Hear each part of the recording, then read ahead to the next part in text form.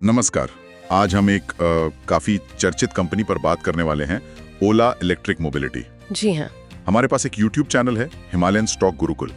उनका एक विश्लेषण है जो कंपनी के स्टॉक, बिजनेस, फ्यूचर इन सब पर गौर करता है। बिल्कुल, और ये विश्लेषण इंटरेस्टिंग इसलिए भी है क्योंकि इसमें AI वॉइस असिस्टेंट का भी इस्तेमाल हुआ है कंपनी की हिस्ट्री बताने के लिए। अच्छा। तो हमारा मकसद है कि इस जानकारी के जरिए ओला की पूरी कहानी, उसकी फाइनेंशियल हेल्थ और मार्केट उसे कैसे देख रहा है, ये सब समझें। सही है।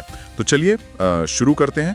ओला इलेक्ट्रिक ये शुरू हुई थी 2017 में ओला कैब्स की सब्सिडियरी के तौर पर। हाँ, लेकिन फिर 2018-19 में जो फाउंडर हैं भावेश अग्रवाल, उन्होंने इसमें बड़ा स्टेक ले लिया, करीब 92.5%, और इसे एक तरह से अलग कंपनी बना दिया।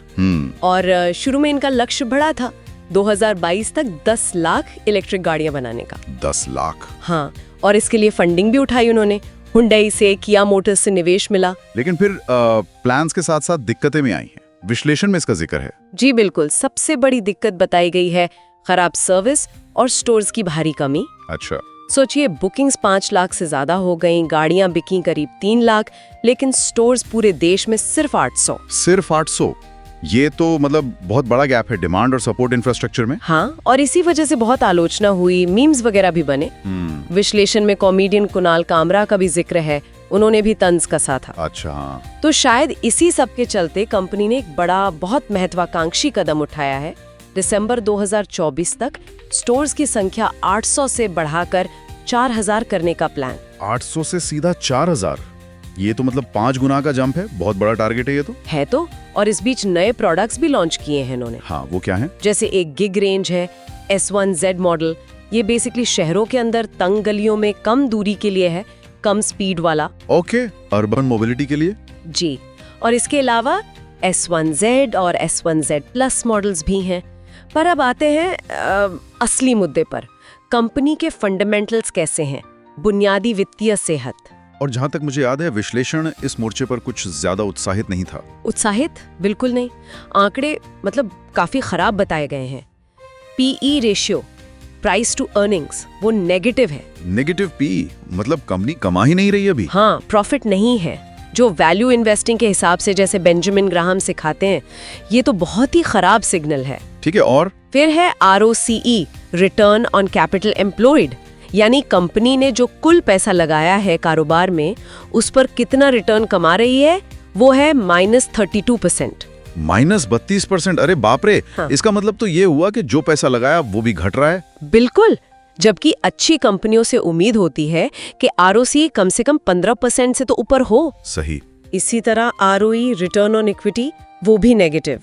इंट्रिंसिक वैल्यू यानी शेयर की असली कीमत, वो तो कैलकुलेट ही नहीं हो पा रही है। हाँ, क्योंकि कमाई नेगेटिव है। और सबसे बड़ी बात, प्रॉफिट आफ्टर टैक्स यानी टैक्स चुकाने के बाद का घाटा, वो करीब 1550 करोड़ का है। 1500 करोड़ का घाटा? और इस घाटे के साथ 4000 स्टोर्स खोलने का प्लान, ये कैसे मुमकिन होगा? ये सोचने वाली बात है। यही तो बड़ा सवाल खड़ा करता है। विश्लेषण में एक उदाहरण दिया है कि अगर किसी ने 100 रुपए लगाए तो साल भर बाद वो करीब 91 रह गए। अरे! और स्टॉक महंगा भी है। बुक वैल्यू करीब 15 रुपए है, लेकिन मार्केट प्राइस इसके 6.4 गुना पर ट्रेड कर रहा है। मतलब प्राइस टू बुक वैल्यू 6.4 है। अच्छा। ऊपर से ये मिड कैप स्टॉक है, तो रिस्क वैसे ही थोड़ा ज्यादा होता है, और वॉलेटाइल भी बहुत रहा है। मतलब भाव 158 तक गया और फिर गिरकर 66 तक भी आया। तो ये तो सारे नेगेटिव पॉइंट्स हो गए। फंडामेंटल्स में कुछ भी पॉजिटिव नहीं मिला विश्लेषण को। देखिए, विश्लेषण में सिर्फ एक पॉजिटिव बात बताई गई है, कंपनी ने अपने कोई शेयर गिरवी नहीं रखे हैं। प्लेज्ड शेयर्स 0 हैं। अच्छा, चलो कुछ तो है। हाँ, पर ओवरऑल चैनल का निष्कर्ष यही है कि फंडामेंटल्स बहुत बहुत बहुत खराब है। फंडामेंटल्स तो ठीक है, बहुत खराब हैं। लेकिन फिर टेक्निकल एनालिसिस, मतलब मार्केट का मूड, वो क्या कहता है? शेयर का भाव क्या कर रहा है? हाँ, यहीं पर एक विरोधाभास दिखता है। जैसे ही वो 4000 स्टोर्स खोलने की खबर आई, हाँ? शेयर का भाव चढ़ गया। मतलब मार्केट ने इस फ्यूचर प्लान पर, इस विजन पर पॉजिटिव रिएक्ट किया। अच्छा, मतलब खराब नंबरों के बावजूद? जी, अगर एक साल का चार्ट देखें तो IPO के बाद शेयर 158 रुपए तक गया था, फिर गिरते गिरते 66 तक आ गया। ये 66 का लेवल एक तरह से सपोर्ट जोन बन गया। और फिर ये स्टोर्स वाली खबर आई और शेयर ने वहां से कुछ रिकवरी दिखाई। विश्लेषण में आईपीओ प्रॉफिट और शॉर्ट सेलिंग का भी कुछ जिक्र था शायद।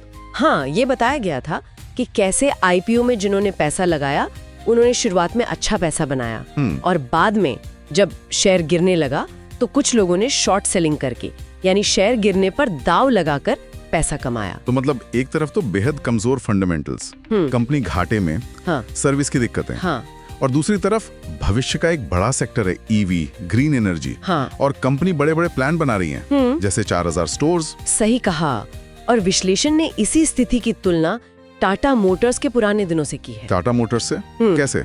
जब टाटा मोटर्स के भी फाइनेंशियल्स बहुत खराब थे, मैट्रिक्स अच्छे नहीं थे, लेकिन बाद में कंपनी ने जबरदस्त वापसी की। तो सोर्स का इशारा है कि शायद ओला भी एक मजबूत सेक्टर में होने और बड़े प्लान्स के दम पर मुश्किलों से उभर जाए। ये एक इंटरेस्टिंग तुलना है, लेकिन क्या ये पूरी तरह फिट बैठती है? टाटा मोटर्स के पास सालों का मैन्युफैक्चरिंग एक्सपीरियंस था, एक स्थापित नेटवर्क था। ओला तो काफी नई कंपनी है और सर्विस वाली शिकायतें भी हैं। ये पॉइंट बिल्कुल वैलिड है और यहाँ ये याद रखना जरूरी है, जैसा सोर्स ने भी आखिर में कहा, कि ये सब विश्लेषण सिर्फ सीखने के लिए है, कोई इन्वेस्टमेंट की सलाह नहीं है। नहीं, वो तो जाहिर है। तो अगर हम समराइज करें तो ओला इलेक्ट्रिक की जो मौजूदा वित्तीय तस्वीर है वो तो बहुत चुनौतीपूर्ण है, भारी घाटा है, नेगेटिव रिटर्न्स है, आंकड़े तो यही बता रहे हैं। बिल्कुल, आंकड़े तो काफी डरावने लगते हैं। हाँ, लेकिन सिक्के का दूसरा पहलू भी है। कंपनी ईवी जैसे फ्यूचरिस्टिक सेक्टर में है, सर्विस की प्रॉब्लम को एड्रेस करने के लिए 4000 स्टोर्स जैसा बड़ा कदम उठा रही है और मार्केट ने इस कदम पर भरोसा भी दिखाया है। और वो टाटा मोटर्स वाली कहानी वो उम्मीद भी जगाती है कि शायद एक टर्न अराउंड हो सकता है। तो ये स्थिति एक बड़ा सवाल छोड़ जाती है सोचने के लिए। क्या किसी कंपनी के भविष्य की संभावनाओं और उसके महत्वाकांक्षी प्लान्स पर दांव लगाना चाहिए, भले ही उसके आज के आंकड़े बहुत ही ज्यादा कमजोर हों? सही। और क्या किसी सेक्टर का मजबूत होना, जैसे ईवी सेक्टर का बूम करना, किसी एक कंपनी की अंदरूनी कमजोरियों पर भारी पड़ सकता है? ये वाकई सोचने वाली बात है।